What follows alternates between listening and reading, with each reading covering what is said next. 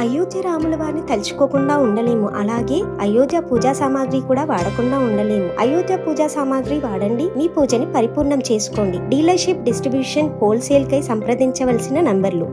దాదాపు 1 గంట కావస్తా ఉంది. అనేక మంది రైతులు అనేకమైనటువంటి సలహాలు, సూచనలు ఇచ్చారు. సహకార సంఘం అనేది మీది, పాలకవర్గం అనేది 5 సంవత్సరాలు ఉండిపోయేది. ఏ రైతు ఏ సలహా సూచన అయితే ఇచ్చారో భరోసా మీద అవన్నీ కూడా DCO గారి ద్వారా ప్రభుత్వానికి పంపడం జరుగుతుంది. చెప్పరు వాళ్ళు, అంటే 5 ఎకరాలకి అంటే 10 ఎకరాలు తిడతారని భయం, 10కి అంటే 20 ఎకరాలు తిడతారని భయం. అట్లా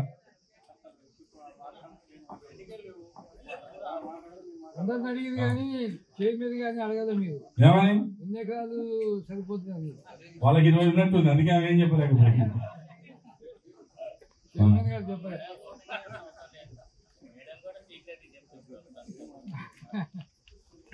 అంటే కొంతమంది మనలో తెలివి కళ్ళు ఉంటారు. 5 ఎకరాలు అన్నాం అనుకో, 10 ఎకరాలు పంట అయితే కదా, నేను ఎందుకనాలే కర్రీ వద్దు, పాన్స్ వద్దు అన్నట్టు. కొంతమంది తెలియక 5 ఎకరాలు, 7 ఎకరాలు, 10 ఎకరాలు అసలే వద్దు. కొంతమంది ఎకరాలు అంటారు, ఉన్న ఓపెన్ మాట్లాడతారు. ఏదున్నా వాస్తవమే కావాలి. ఏ అభిప్రాయంలో ఎన్నున్నా కూడా ప్రభుత్వం రాష్ట్ర వ్యాప్తంగా వచ్చిన రైతాంగం యొక్క, అంటే ఇప్పుడు మనం మాట్లాడుతున్నాం DCO గారు పంపుతారు అనేది కాదు, ప్రభుత్వానికి సంబంధించిన ఇంటెలిజెన్స్ కూడా ఇక్కడ ఉంది. ఎవరు ఏం చెప్పారు, బయారం ప్రాంతంలో ఏం కోరుకుంటున్నారు, గార్ల ప్రాంతంలో ఏం కోరుకుంటా ఉన్నారు, ఏ విధంగా చేయాలనేది ఒక అంశం. పోతే అనేక మంది మాట్లాడినప్పుడు కొద్దిగా ఇస్తారా ఇవ్వరా, ఏదో నామమాత్రంగా పెట్టిన సదస్సు కానే కాదు, ఇది పక్కాగా అమలయ్యేది. రైతు భరోసా ఆ విధంగా జరిగితే ఇతర అంశాలు చెప్పారు కొంతమంది. ఇరిగేషన్ వాటర్ని ఎట్లా వినియోగించుకోవాలి, ఇంకేం చేయాలి అనేక చెప్పారు. అది ఇవాళ మనకు కొత్త కాదు, మీకు కొత్త కాదు, వేదిక మీద ఎమ్మెల్యే గారికి కొత్త కాదు. వారు 2014లో ఎమ్మెల్యే కాకముందు 2009లో వారు ఓడిపోయినా మన ప్రాంతంలో ఉన్నారు. ఒక రైతుగా, ఈ ప్రాంత బిడ్డగా, ఈ ప్రాంతంలో ఉండే సమస్యలన్నీ కూడా వారికి తెలుసు. అయితే నేను ఎమ్మెల్యే గారికి మా ప్రాంత రైతాంగం గురించి వినియోగించుకునేది ఏంటంటే,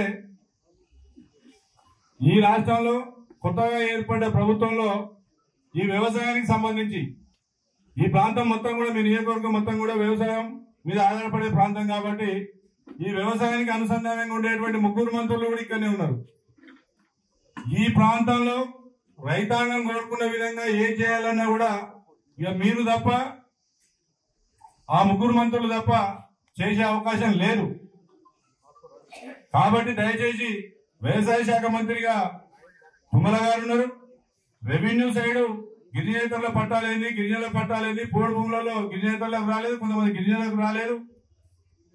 వాటికి సంబంధించిన రెవెన్యూ మంత్రి గారు శ్రీనివాస్ రెడ్డి గారు ఉన్నారు, మీకు అనుకూలంగానే, మన ప్రాంతానికి అనుకూలంగా.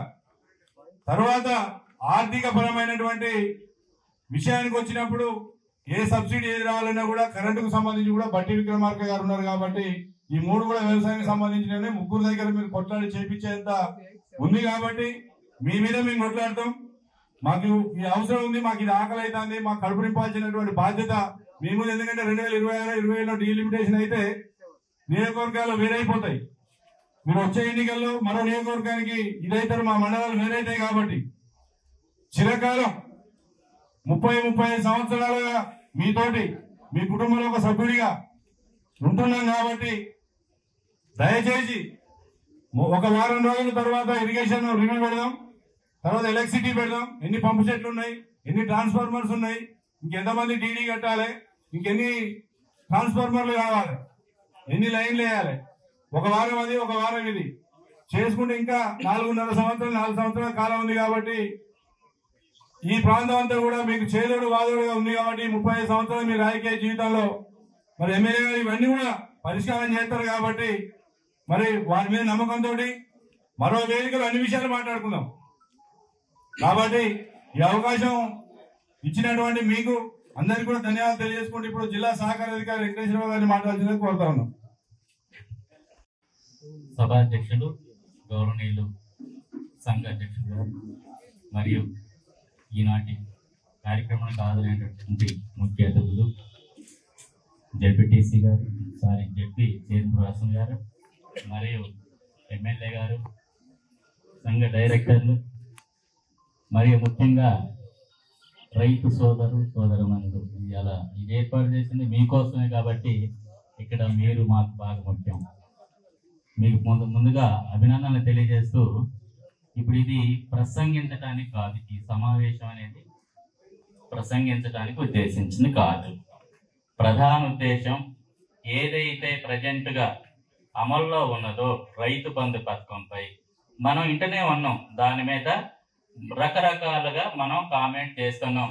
ఏది మనం అంటే ప్రజలు, ఇది గుట్టలకి ఎత్తున్నారు, చెట్లున్నా ఎత్తున్నారు, అసలు భూమి దున్నపోయిన ఎత్తున్నారు, వాగులు వర్రెలకు కూడా ఇస్తున్నారు, రియల్ ఎస్టేట్ భూములు కూడా ఇస్తున్నారు. సామాన్యులు కూడా దీనిపై చర్చించుకోవడం అనేది మనం వింటూనే ఉన్నాం. అయితే ఇక్కడ ప్రధాన ఉద్దేశం ఏంటంటే, ఈ నేపథ్యంలో ప్రజల్లో ఉన్నటువంటి ఈ యొక్క అభిప్రాయాలు ఉన్నటువంటి నేపథ్యంలో మన ప్రభుత్వం అసలు ఏ విధంగా ఉంటే బాగుంటుంది అనేది మన రైతుల నుంచే ఒక అభిప్రాయ సేకరణ తీసుకొని మమ్మల్ని పంపించవలసిందిగా మమ్మల్ని ఆదేశించమైంది. దానిలో భాగంగా మన జిల్లాలో ఉన్నటువంటి 19 సంఘాల్లో రోజుకి 4 లెక్క మేము జనరల్ బాడీలు కండక్ట్ చేస్తున్నాం. ఉదయం 2, సాయంత్రం 2. నాతో పాటు డిఈఓ, డిస్ట్రిక్ట్ అగ్రికల్చర్ ఆఫీసర్ కూడా మీట్ అయి చేస్తున్నాం. దానికి సంబంధించి మీరందరూ కూడా సహకరించి మీ యొక్క అభిప్రాయం అనేది చెప్పి ఒక సంతకం చేస్తే అదే ఇన్ఫర్మేషన్ మేము గవర్నమెంట్ పంపుతామని చెప్పి ఈ యొక్క సభని మీరందరూ కూడా ఈ విధంగా ఒక క్రమశిక్షణగా కూర్చొని పెద్దవారైనప్పటికీ ఇప్పటి వరకు వెయిట్ చేసినందుకు ముందుగా నేను మీకు క్షమాపణ చెప్పేది ఏంటంటే, నాకు కొంచెం లేట్ అయింది. నా ప్రతినిధికి పంపే కారణం ఏంటంటే, మన ఎంపీ ఎలక్షన్స్ జరిగినాయి. దానికి నేను ఎక్స్పెండిచర్ నోడల్ ఆఫీసర్, అంటే 7 కాన్స్టిట్యున్సీలకు సంబంధించి ఇల్లెందు, మైబాద్, డోర్నకాల్, ములుగు, కొత్తగూడెం వస్తే భద్రాచలం, పినపాక, ఈ 7 కాన్స్టిట్యున్సీలకు నేను నోడల్ ఆఫీసర్. ఈ 7 నర్సంపేట కూడా, ఈ 7 కాన్స్టిట్యున్సీలకు సంబంధించినటువంటి ఎక్స్పెండిచర్ను క్రోడీకరించి ఏ అభ్యర్థి ఎంత చేసింది అనేది గవర్నమెంట్ ఈసీఐకి పంపాలా. లాస్ట్ డేట్ కాబట్టి ఇప్పటి వరకు అది కంప్లీట్ చేయడం జరిగింది. అందుకని లేట్ అయినందుకు మిమ్మల్ని అందరినీ కూడా పేరు పేరున నేను అడుగుతూ క్షమించమని కోరుతున్నాను. ఈ యొక్క కార్యక్రమాన్ని కూడా మంచిగా సక్సెస్ చేసి మీ యొక్క అభిప్రాయ సేకరణ అనేది అందరి దగ్గర తీసుకున్న తర్వాత వెళ్ళవలసిందిగా మిమ్మల్ని పేరు పేరున రిక్వెస్ట్ చేస్తూ మీ అందరి దగ్గర నుంచి సెలవు తీసుకుని ఇంతటితో ముగిస్తున్నా. Thank you. ప్రియతమ నాయకులు, ఈనాటి ముఖ్య అతిథి మన ఎమ్మెల్యే గారు శ్రీ కోరం కనకయ్య గారిని మాట్లాడవలసిందిగా కోరుతా ఉన్నాం.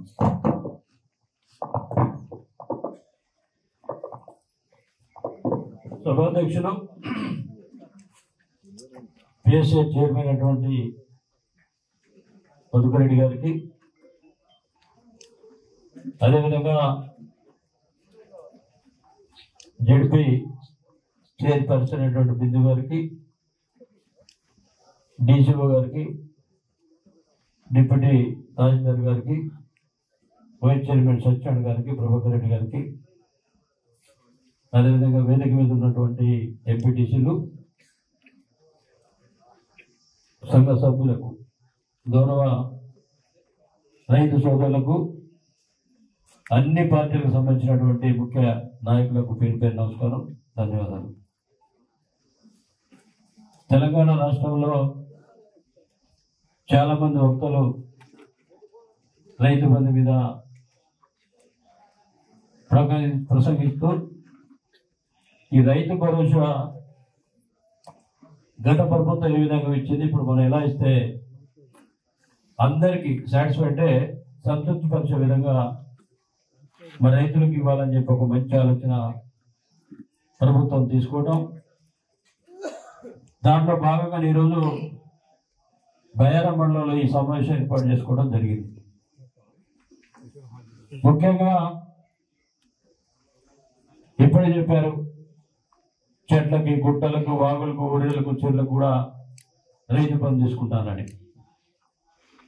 గత ప్రభుత్వం చేసే తప్పులు ఇప్పుడు చేయొద్దనే ఉద్దేశంతో తెలంగాణ రాష్ట్ర ముఖ్యమంత్రి ప్రజాపాలన, అంటే ఈ ప్రభుత్వం ప్రజల ప్రభుత్వం, ప్రజాపాలన ద్వారానే ప్రతి సమస్యను కూడా పరిష్కరించాలని ఒక మంచి ఆలోచన తీసుకున్నటువంటి ప్రభుత్వమే రేవంత్ రెడ్డి గారి ప్రభుత్వం, ప్రీతమ నాయకులు. కాబట్టి మీరందరూ కూడా చాలామంది గౌరవ రైతు సోదరులు చెప్పారు. ఒకరు 5,000 అన్నారు, ఒకరు 6,000 అన్నారు, ఒకరు 10,000 చెప్పారు, ఒకరు 15,000 చెప్పారు, 2 పంటలు కలిపి ఎకరకు. అదేవిధంగా ఈ ప్రాంతం అంతా వెనుకబడే ప్రాంతం, గిరిజన ప్రాంతంతో పాటు గిరిజనేతలు కూడా ఈ చట్టం రాకముందు వచ్చి ఈ ప్రాంతం జీవించే పరిస్థితి ఈరోజు. మరి వారికి కూడా ప్రభుత్వం సహకారం కావాలి.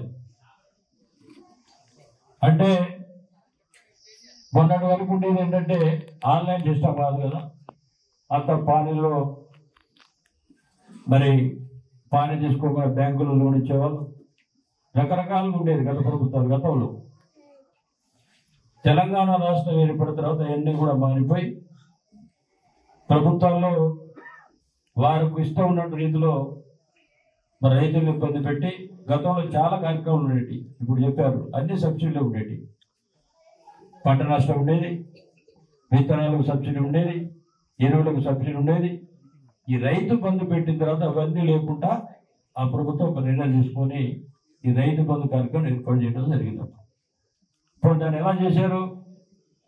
ఇప్పుడే మనందరూ అనుకున్నాం, గుట్టలకు, చెట్లకు, పుట్లకు, రియల్ ఎస్టేట్కి అన్నిటి కూడా రైతు బంధు వర్తించే విధంగా ప్రభుత్వం నిర్ణయం తీసుకోవడం జరిగింది. కానీ ఈ ప్రభుత్వం అట్లా కాదు.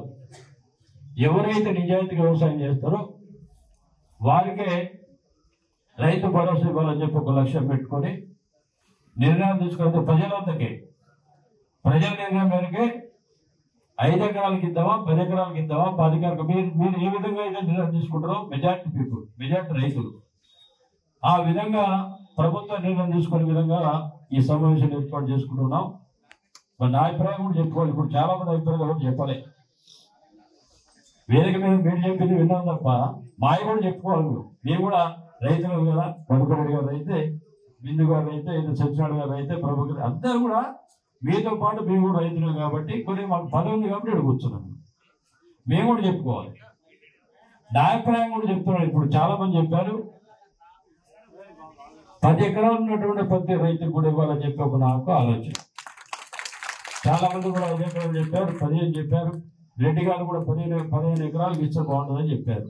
అంటే సన్న చిన్నకారు రైతులలో 15 ఎకరాలు ఉన్నటువంటి రైతులు బేజారుకుంటారని చెప్పిన అభిప్రాయం.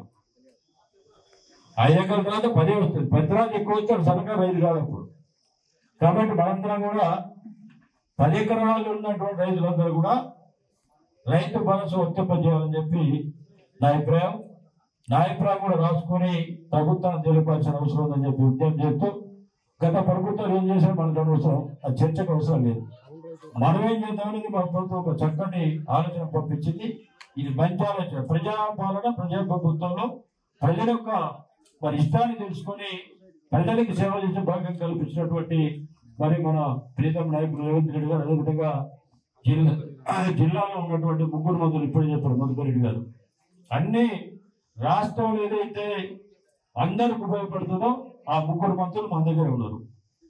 రెవెన్యూ మంత్రి కానీ, వ్యవసాయ మంత్రి కానీ, వీటన్నిటికీ పంపించే మంత్రి కూడా మన దగ్గర ఉన్నారు.